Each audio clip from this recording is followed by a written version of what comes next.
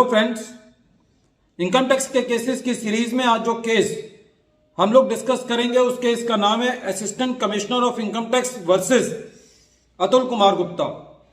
यह case 103 ITR tribunal page number 13 पर report हुआ।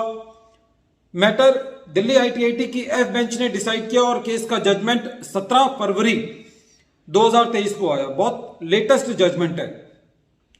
इस केस के अंदर एसएससी के यहां सर्च हुई, किसी और एसएससी के यहां भी सर्च हुई और कुछ एसएससी के डॉक्यूमेंट्स जो कि दूसरे किसी एसएससी के यहां सर्च हुई थी वहां पे मिले। रूल यह है कि जिस एसएससी के यहां सर्च होती है उस एसएससी की असेसमेंट सेक्शन 153A में की जाती है और यदि किसी एसएससी के यहां सर्च होती है और उसके यहां किसी और के डॉक्यूमेंट्स मिलते हैं तो उसकी असेसमेंट सेक्शन 153C के अंदर होती है।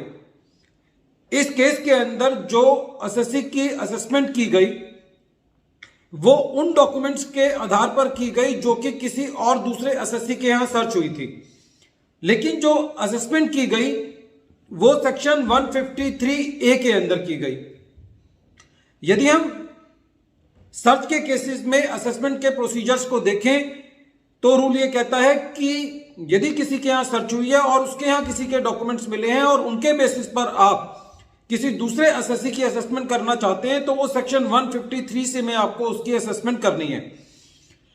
तो जब ये असेसमेंट कंप्लीट की गई और इसमें एडिशंस किए गए तो एसएससी की ये प्ली थी कि जो मेरी असेसमेंट है वो सेक्शन 153A में ना होकर के वो सेक्शन 153C में होनी चाहिए थी और डिपार्टमेंट के पास सेक्शन 153A के अंदर मेरी असेसमेंट करने की जुरिसडिक्शन नहीं थी।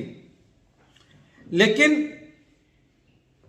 असेसिंग ऑफिसर साहब ने एसएससी की इस बात को नहीं माना और असेसमेंट कर दी। जब ये मैटर दिल्ली ITAT के पास था तो दिल्ली ITAT ने ये कहा कि यहां पे जो असेसमेंट की गई है वो जुरिसडिक्शन के हिसाब से नहीं की गई है।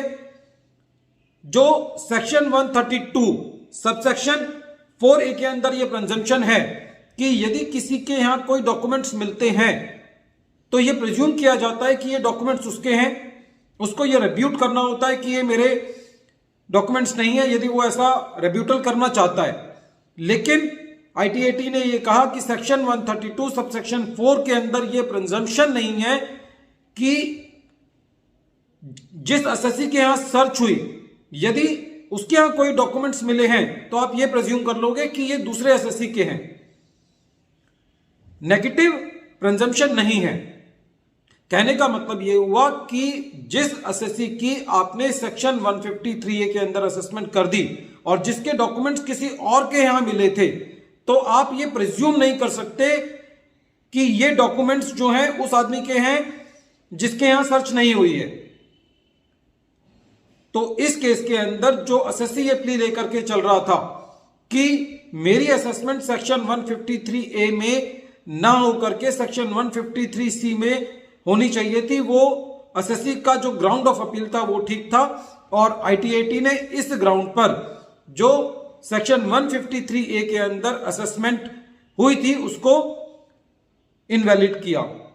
इस केस के अंदर एक बात ये इंपॉर्टेंट पॉइंट था कि जो इंक्रिमिनेटिंग मटेरियल था उसके अंदर जो नाम लिखा हुआ था वो इस तरीके से करके लिखा हुआ था दिलदार ब्रैकेट में अतुल सर और जो एसएससी का नाम था वो अतुल गुप्ता था। तो इनकम टैक्स ऑफिसर ये कह रहा था कि क्योंकि दिलदार अतुल सर लिखा हुआ है तो ये डॉक्यूमेंट्स जो हैं वो अतुल गुप्ता से रिलेट करते हैं। तो ITAT का इस मुद्दे पर यह कहना था कि बिना कॉरोबोरेटिव एविडेंस के इसका यह मतलब नहीं निकाला जा सकता कि ये डॉक्यूमेंट्स एसएससी अतुल गुप्ता के हैं।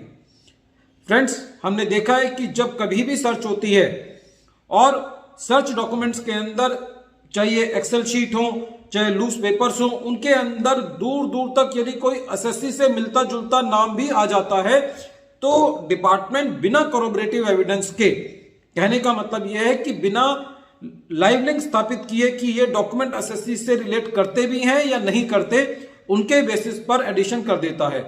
तो इस केस से ये बात सामने आती है कि खाली आप सस्पिशन के बेसिस पर एसएससी का एडिशन नहीं कर सकते जब तक कि आपके पास कोई कोरोबोरेटिव एविडेंस नहीं है।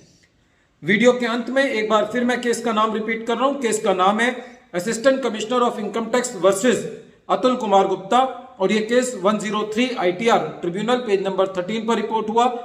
मैटर दिल्ली ITAT की F बेंच ने डिसाइड किया। Thank you friends.